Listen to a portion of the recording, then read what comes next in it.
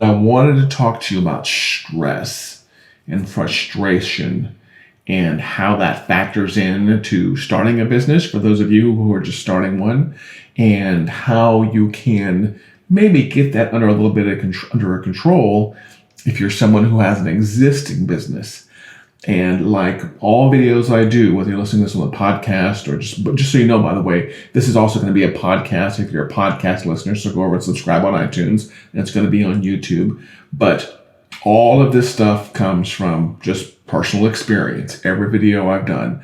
So if a lot of the stuff I've done has been useful for you, make sure you subscribe on different channels. I always welcome your comments and questions for other video ideas, because that's where a lot of my stuff comes from. It's from comments from previous videos. So if you're watching live, which you can do in the Empire Builders Facebook group, I appreciate you. But I went through this morning, a little bit earlier this morning, and I just kind of jotted down 5 things that I think, things that bring me stress, and the things that I remember over, being in business 20 years that have brought me stress and anxieties. And it's also important to realize, I'm not a medical person, but how to know when you are stressed out?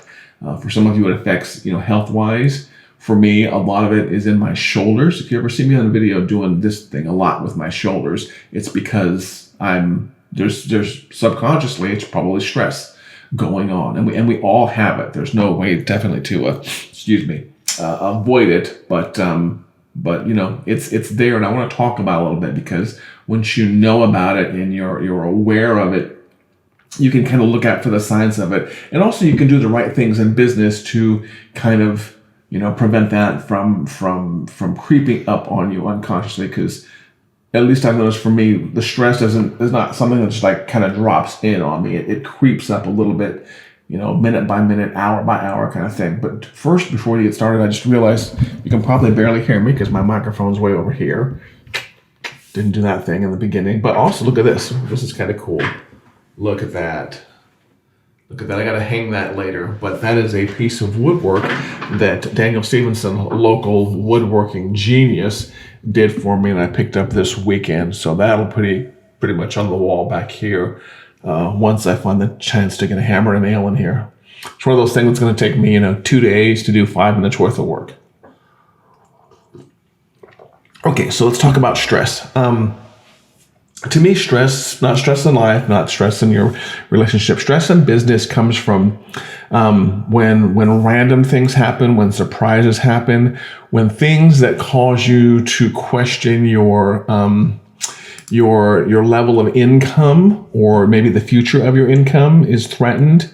When you have people that work for you, whether they be contractors, employees, and they kind of go rogue, or they disappear on you, or they do things that are completely unpredictable, or they just quit one day. I mean, the income, I think, is a big one, especially when you're first starting off and you're going out. When a lot of what's going on with your money is unpredictable and you don't know what's going to happen there, it freaks you out a little bit, and that'll cause you a lot of stress. Oftentimes technology will cause you stress. I take it for granted that I live, eat, and breathe technology. It's nothing for me to whip out a computer, set up a new operating system, install stuff, plug in USB, HDMI, do live streams, do microphones. I mean, this stuff is kind of stuff I do, in my sleep. But I realize that not everybody has that ability. It's just something that I kind of picked up over the years, the ability to just, live and eat technology. So it's just a no-brainer to me. But I know some people who freak out, a little bit. We get a lot of people in the world of marketing automation. So when we're setting up like email lists or showing people how to do live videos or run a podcast, we've had people just totally wig out because the idea of, buying a microphone and setting up a mixer and talking to the camera every day, that's a stress level for them, and they don't have the same stress as I do. So it's important for me for you to know that the stress levels I'm talking about are the ones that I've experienced. Yours may be different, but I think once you recognize your own stress levels, you'll basically learn how to control them. So the 5 I've got here, I'm gonna start off with number 1. To me, income is probably one of the top ones. That's the first one that came to mind when I was making my list this morning, is the not knowing your income and not having as multiple lines of income. So I like to give things in more of a solution-oriented fashion. So when you're starting off in business, or whether you've been in business, a day, a month, a year, or a decade, to me it's important to have multiple lines of income as soon as possible. One is good to start off with, and more often than not, that's how people start a business. Is they start contracting for a company, and the company says, "Hey, I'll pay you this cool amount," which is going to be more than your salary, and they go into business, and you start riding high on that single income. That's exactly what happened to me. You start riding high on that single income. You don't have to worry about it. You don't have to worry about invoicing and all that crazy stuff. You've just got basically kind of like a job, except for you're not a W-2 person. It's like a 1099 person, but you're getting a paycheck, quote unquote, on a regular basis. Somewhat low stress. But the challenge is you have to realize that, as a contractor, you are responsible for going out and providing your value and your services to the world. Sorry, I've got an itch for my nose today. You're responsible for reaching as many people as possible and sharing your gift with them. And if you're going to start doing that, you're going to notice you're going to have to start hiring employees and contractors, and it's your job to keep your business low risk, and that means getting multiple lines of income as soon as possible. So if you're someone who is considering starting a business and you've got a really solid income offer, a couple of months in, I would suggest you start looking for another client as soon as possible. Now, you may have the challenge of, your current client or an existing client getting somewhat offended by that. And they need to realize, I don't know why somebody really would, makes no sense whatsoever, but anybody in business needs multiple lines of income. You need multiple clients. You need this to grow. You need this to grow your skills. You need this to increase your value. And you need to do this if you want to increase, your freedom and your income on the other end. Remember, Patrick's a capitalist. I like money, and I like freedom, and I like time. And so my goal with everything I do is to free myself up to do the fun stuff, out there, to go flying more, to travel more. And so in order for me to do that, I need to reduce my risk by having more income. So if you're someone who's just going into business, I could talk about this issue for a while. Do yourself a favor and get as many clients as you can as soon as possible. More than one is good. And, I like the number 10. No. Yeah, 10 is where I would really feel comfortable as a startup business in the startup phase.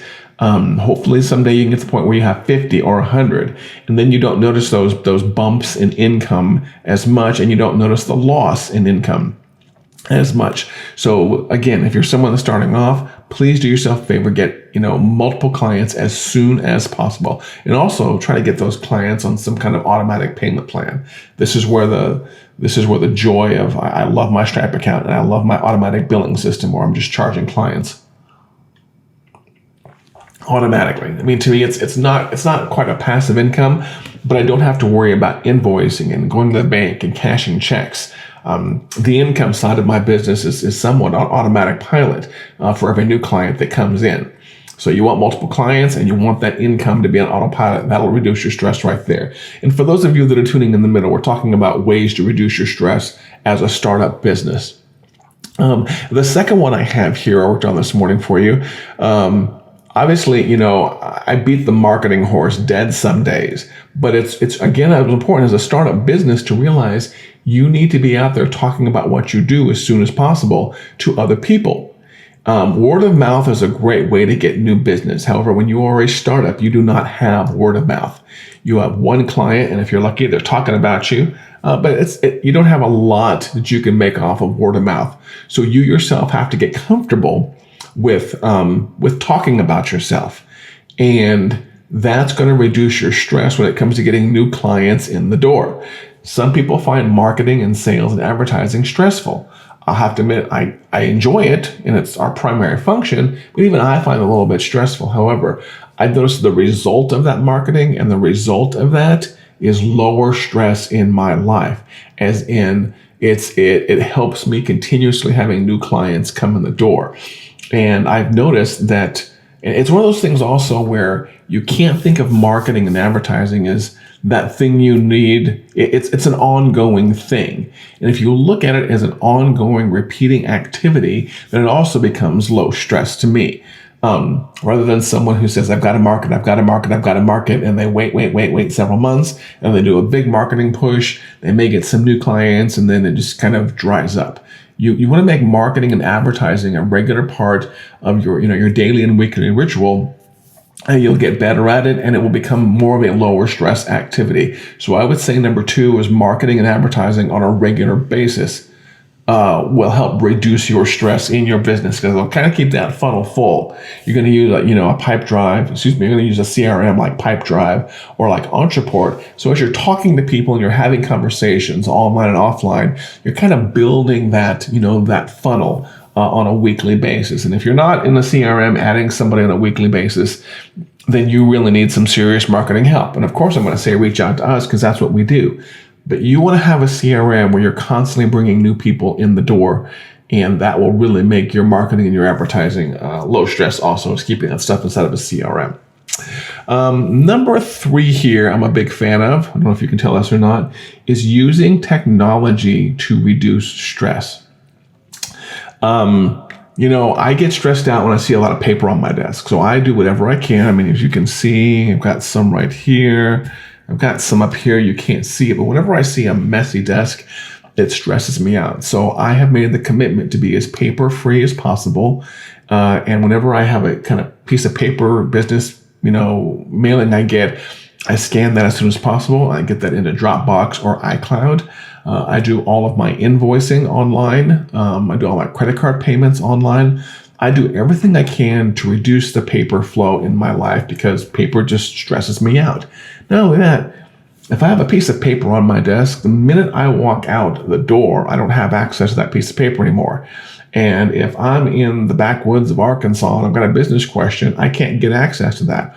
Or if I'm visiting a client in Naples, Florida, and they want access to a piece of paper that's in my office, I don't have access to that. So I decided a while back to take advantage of technology and go paper-free as soon as possible. It reduces the chance of me losing things. It reduces the chance of things getting destroyed. I assume that there's going to be a fire in my house someday and everything's going to get burnt to the ground. I'm very happy knowing that all of my legal documents are tied up in Dropbox or iCloud someplace. So that will not be a problem. The fact that all my accounting and my invoicing, my payroll, all that stuff is just online. I'm actually trying to get to the point where I can run my business entirely from an iPad. That is a goal of mine, an iPad or an iPhone even. That way, I don't have to travel with a laptop. I like my laptop. I like showing it off, but I would much rather travel around the world and just control things with an iPad. And the iPads are getting to that point where they're kind of business replacements, laptop replacements. We got pencils now and keyboards, and you can use a mouse now on an iPad. So that is my goal, to take 100% advantage of technology and run my business from an iPad. So that's what I'm working on. I want you to work on that also. But learn how to use more and more technology in your business to basically just take your stuff with you. And actually that gets into my 4th point here about making yourself location independent. What else was I going to talk about when it came to taking advantage of technology? There was something right there in the back of my head. Gosh darn it. Well, if it comes back, I'll talk about it. But number 4 on my list here is making yourself location independent. I relish the fact that because I am mainly a digital business, and because I've gone out of my way to make sure I have very little paperwork in my business, it's very easy for me to be mobile. So I can very easily be one of those coffee shop people. I can very easily be someone who works from a car, who works from a plane, who works from a truck stop, who works from a boat, as long as there's an internet connection. And so, for example, in the home office recently, we had an internet blip about, 30 minutes ago. And I give my little internet blips about, 10 or 15 minutes that I can be without internet access. And then I throw everything in the tech backpack and I get out the door and I head to the nearest coffee shop that I can find and get on their internet as soon as possible. And I can do that with, really without missing a beat. And I really like that. So try to become a type of business that is fairly location independent. That's easier to do. Also, the higher you move up in the food chain. Now, my business is a service-based business, and it's based on the knowledge that I do for people. So it's easier for me. If you're someone who works in steel, or you manufacture cars, or you're into woodworking, it's definitely not as easy. If you're a woodworker, you can't just up and go to your friend's house across the street and start working on things. So that's something that's not for all kinds of businesses, but I would encourage you to, between points 3 and 4 here, using technology and making yourself location independent, is to get rid of as much paper, as many physical items in your business as possible.